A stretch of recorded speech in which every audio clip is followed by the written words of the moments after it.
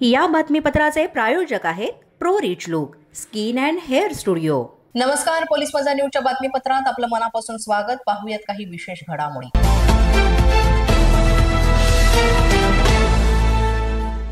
लाडक्या बहिणींसाठी अत्यंत महत्त्वाची बातमी समोर येते। लाडक्या बहिणींना ई-केवायसी करण्यासाठी आता मुदतवाढ देण्यात आलेली आहे। ही मुदतवाढ 31 डिसेंबर पर्यंत देण्यात आली आहे। 31 डिसेंबर पर्यंत ई-केवायसी करण्याची अंतिम मुदत आहे।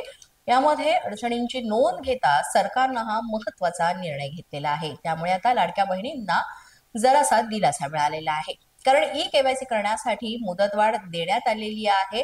अनेक लाडक्या बहिणींना ई-केवायसी करताना अनेक अडचणींचा सामना करावा लागतोय, त्यामुळे ही मुदतवाढ करण्यात आलेली आहे। त्यामुळे 31 डिसेंबर पर्यंत ई-केवायसी करण्यात येईल।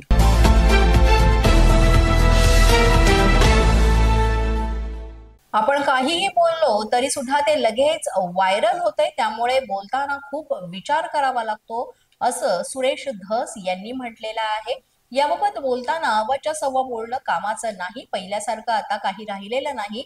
सध्या कुठे काही बोललं तर लगेच ते व्हायरल होतं, असं वक्तव्य सुरेश धस यांनी केलेलं आहे।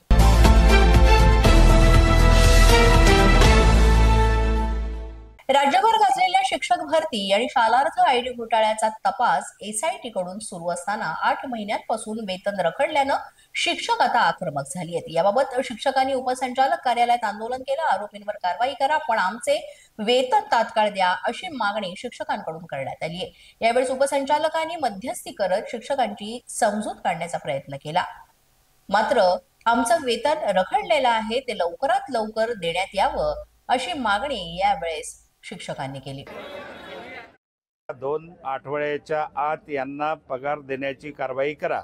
एकाच विभागामध्ये चंद्रपूर जिल्ह्याच्या शिक्षणाधिकाऱ्यांनी पेमेंट रिलीज केलं, परंतु नागपूर विभागाच्या शिक्षणाधिकाऱ्यांनी वेळ काढू धोरण स्वीकारलं। याच्यानंतरही पेमेंट नाही झालं तर 4 दिवसानंतर आंदोलन सुरू करील आणि 8 ऑक्टोबर पासून 8 डिसेंबर पासून जे सभागृह आहे, सभागृहाच्या कालावधीमध्ये विविध आयुधाच्या माध्यमातून प्रश्न उपस्थित करून यांना न्याय देण्याचं काम केलं जातं।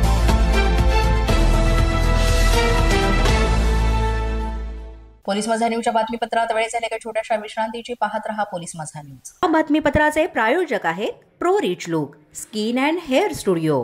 विश्रांतीनंतर पुन्हा एकदा पोलीस माझा न्यूजच्या बातमीपत्रात आपलं मनापासून स्वागत।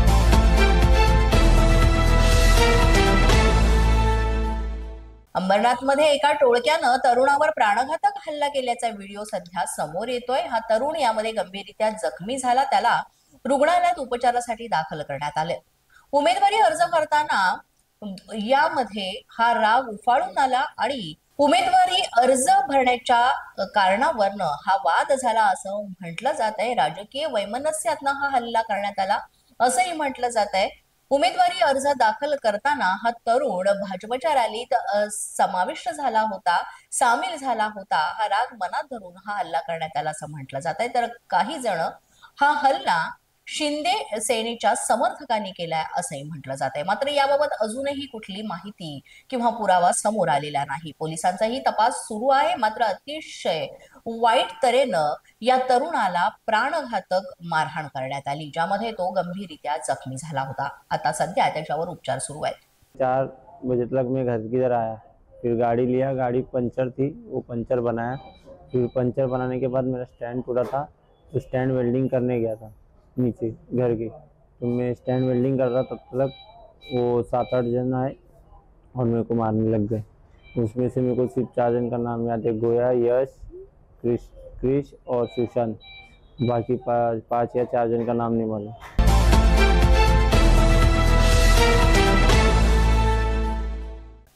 विक्रोळी पार्क साइट मध्ये मुंबई मनपाच्या इमारतीच्या पुनर्विकासावरून आता वाद झालेला पाहायला मिळतो। इमारती धोकादायक घोषित करून इथल्या रहिवाशांना स्थलांतरित करण्याचा प्रयत्न करण्यात येतोय, मात्र स्थानिकांनी याला तीव्र विरोध केलेला आहे। विक्रोळी पार्क साइट मध्ये मुंबई मनपाच्या इमारतीच्या पुनर्विकासावरून हा वाद झाला आणि मोठ्या प्रमाणात इथे नागरिक आक्रमक सुद्धा झाले।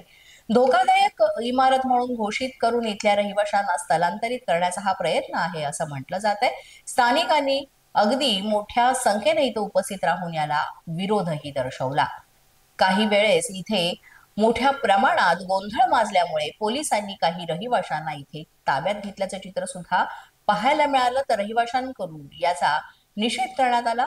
पोलिसांसोबतही आणि रहिवाशांसोबत या ठिकाणी बाचाबाची झालेली सुद्धा पाहायला मिळाली आणि पोलीस आणि स्थानिक रहिवाशी यांच्यामध्ये वाद झाला आणि त्यानंतर पोलिसांनी इथल्या काही रहिवाशांना ताब्यात घेतले आणि कारवाई केली आहे। पोलीस माझा न्यूजच्या या बातमीपत्रात आज इतकंच। तुम्हाला आमचं बातमीपत्र कसं वाटतंय याबाबत अवश्य अभिप्राय कळवा। यासाठी पोलीस माझा न्यूजचे युट्यूब चॅनल सबस्क्राईब करा, तसंच आमचं फेसबुक, इंस्टाग्राम आणि ट्विटर अकाउंट फॉलो करा। अधिक माहितीसाठी आमच्या www.policemazhanews.com या वेबसाईटला भेट द्या। आमचे अधिकृत प्रतिनिधी व्हायचे असेल तर स्क्रीनवर दिलेल्या क्रमांकांवर आजच संपर्क साधा। आजच्या बातमीपत्रात इतकंच। पुन्हा भेटूया पुढील बातमीपत्रात। तोपर्यंत पाहत रहा पोलीस माझा न्यूज।